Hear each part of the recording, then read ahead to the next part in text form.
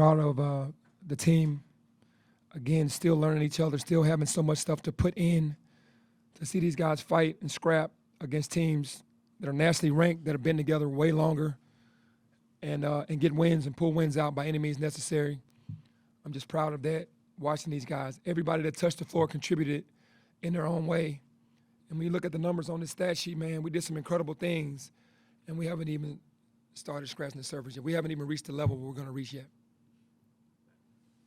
You said that you guys have to fight and claw for respect, and they're not going to give it to you without earning it. But after giving them their first loss, another great non-conference win, what would your honest reaction be if Monday comes around and you guys are not in the top 25?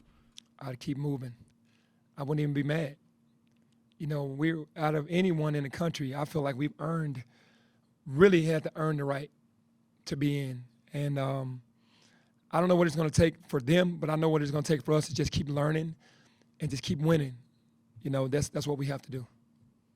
Hey, Penn, I know you got a big win last week on the road at A&M, and you got a big win today. But this win seems a little bit different. What's the difference between that win last week and the win today? Well, man, that win at A&M was very tough. You know, it was going into a hostile environment and pulling out a win. Coming home, I felt a little eerie about not being home for a month and a half and them coming in and getting momentum early. And that's what happened. And, man, we had to change the tempo and get back into the game. But the difference is a road win is worth two. To me, home wins, you got to win at home. But this was a huge win for us still.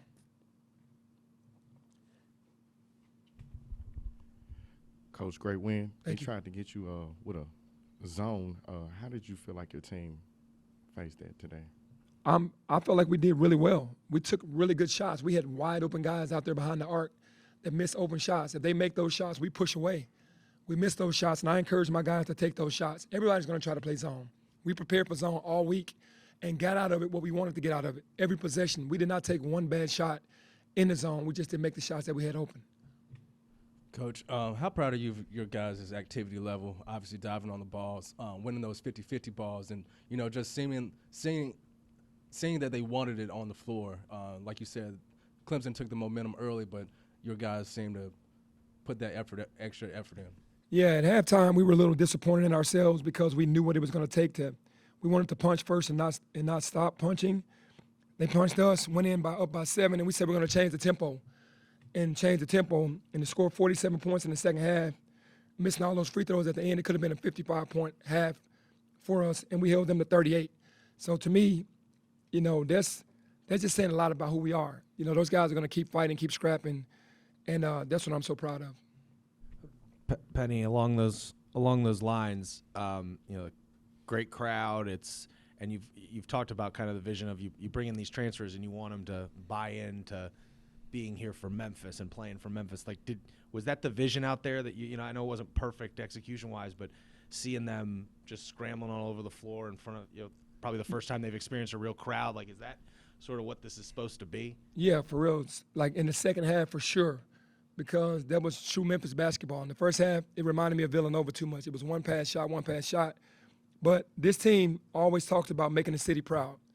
I haven't had a team outside of this group, and there aren't a lot of Memphis guys that are talking about doing it for the city. And I like that. I like that a lot.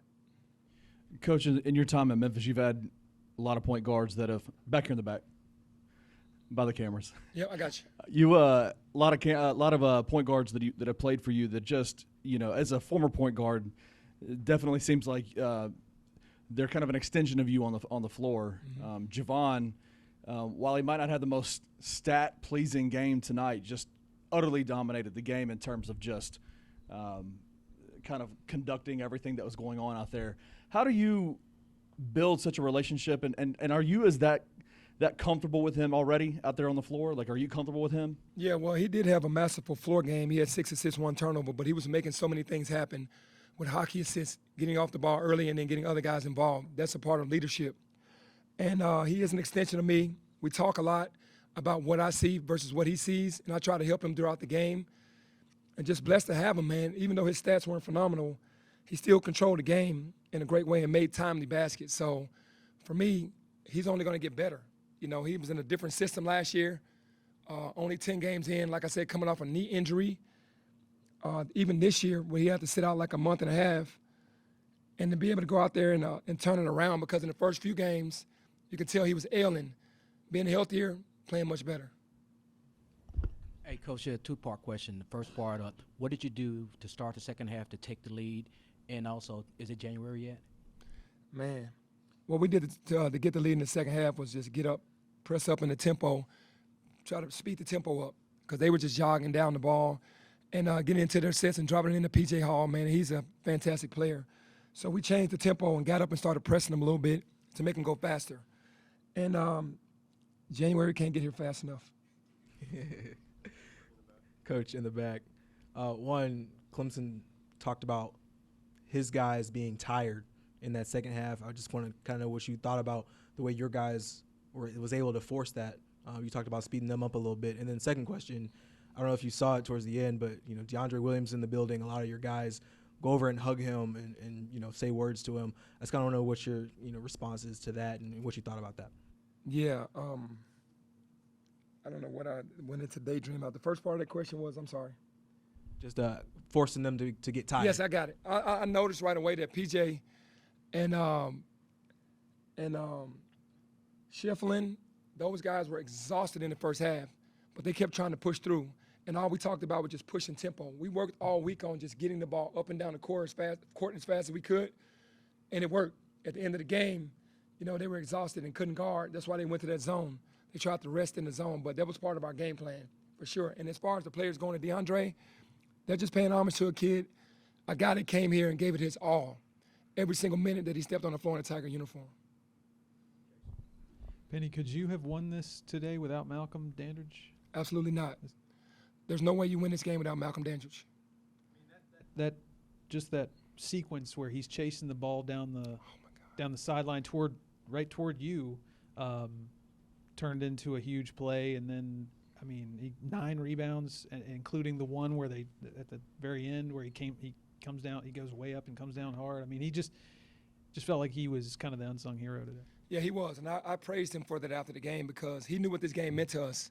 He's been a part of all the winning teams that I've had in high school and AAU, and he wants to win here. We have not done the things that we thought we were going to do with myself, him, and A-Lo, and he's the last one left as far as that group besides Jaden. So, you know, the play on the ball right in front of me, the steal that he got with about a minute and something left on the clock, the big rebound, the defensive sequence, the energy that he played with, he really wanted that game.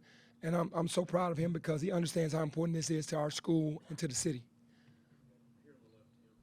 Coach mentioned Hall a couple times now. Your game plan on him to kind of take him out of it, how much was that executed to how you drew it up, how you had it in mind?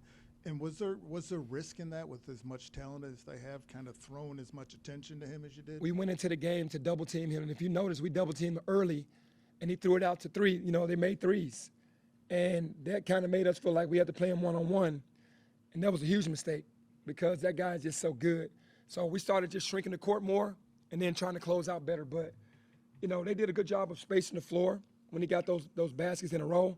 And with about 10 minutes left, we committed to just saying, hey, we're playing off a certain player, make that ball find that player, and we're not going to let him get off. And I think we did a phenomenal job of that. But they do a good job of getting him moving around and getting him the ball.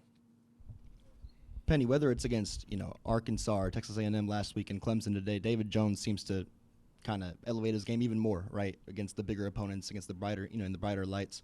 I think he had 16 points second half today to kind of elevate y'all. What is it about his mental makeup and the way he's wired that allows him to do that?